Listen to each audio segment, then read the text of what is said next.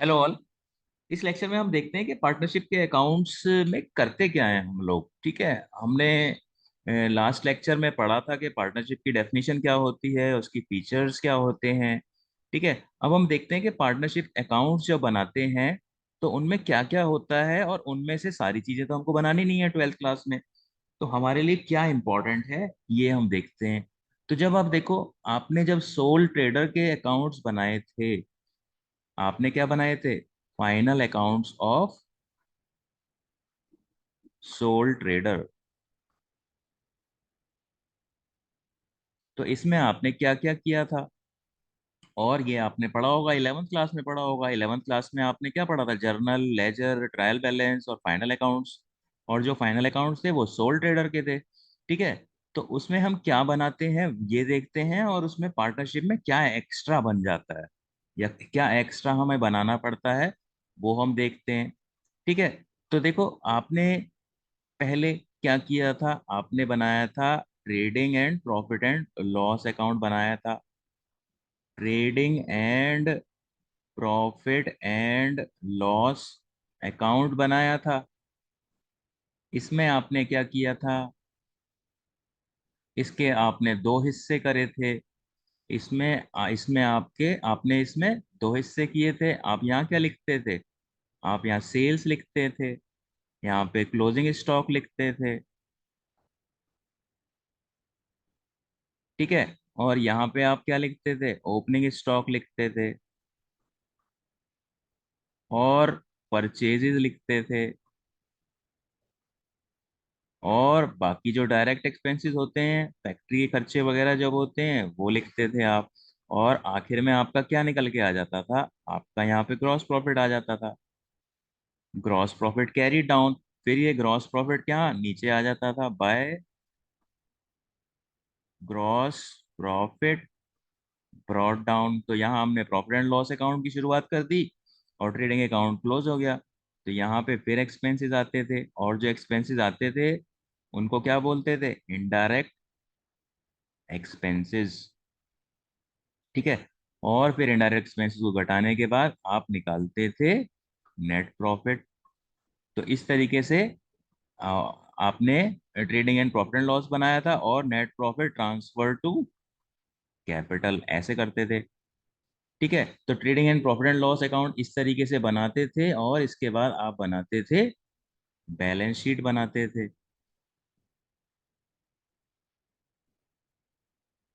और balance sheet में आप क्या करते थे?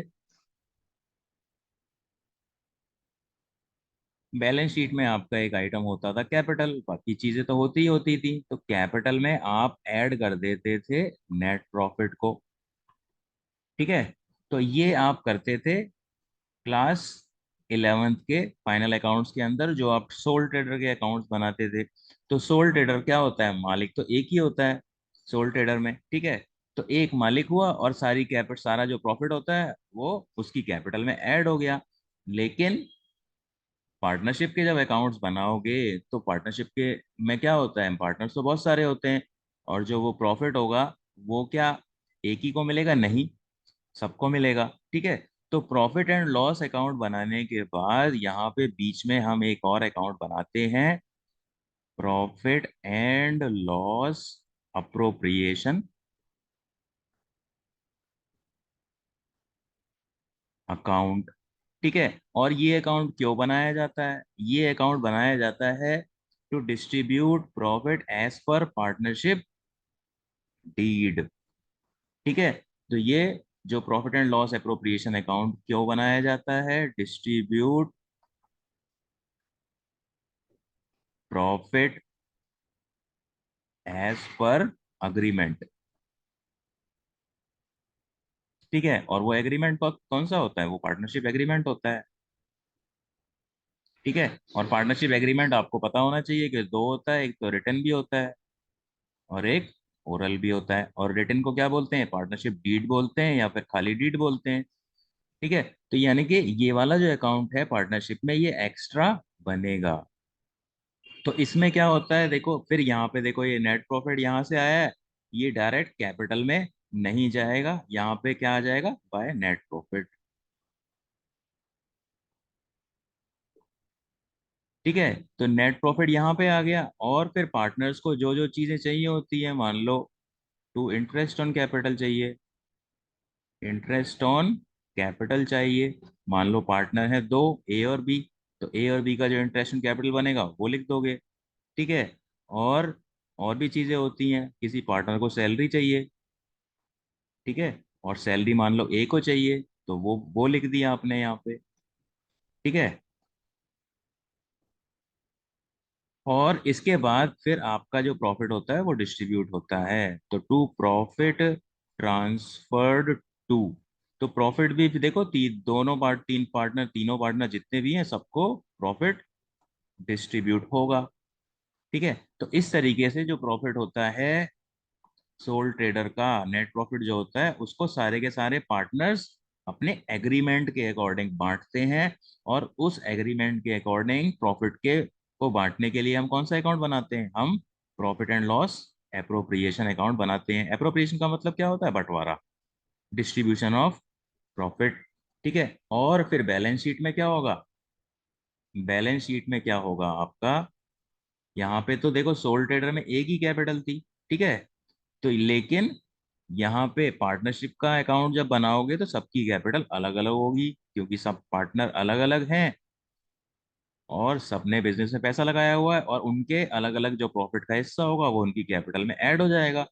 ठीक है, तो कैपिटल ए की होगी, बी की होगी, सी की होगी, तो जितने भी पार्टनर हैं सबकी कैपिटल आप अलग अलग कैलकुलेट करोगे, और अलग अलग कैपिटल बैलेंस शीट में आएगी। तो यानी कि सोल ट्रेडर के जो फाइनल अकाउंट्स होते हैं और पार्टनरशिप के जो अकाउंट्स होते हैं उनमें डिफरेंस क्या होता है, उनमें डिफरेंस इस अकाउंट का होता है, प्रॉफिट एंड लॉस एप्रोप्रिएशन का। और आपको ट्वेल्थ क्लास के अंदर, पार्टनरशिप के अंदर ये सारे अकाउंट नहीं बनाने हैं, आपको trading and profit and loss account नहीं बनाना है। ठीक है, आपको बनाना क्या है, आपको प्रॉफिट एंड लॉस एप्रोप्रिएशन बनाना है, तो आपको क्या है ये बनाना सीखना है ट्वेल्थ पार्टनरशिप के अंदर।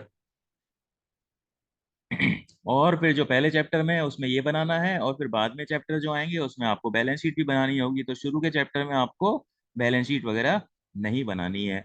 तो आपको अब समझ में आ गया होगा कि पार्टनरशिप के जो अकाउंट्स हम पढ़ेंगे उसमें हम क्या बनाते हैं।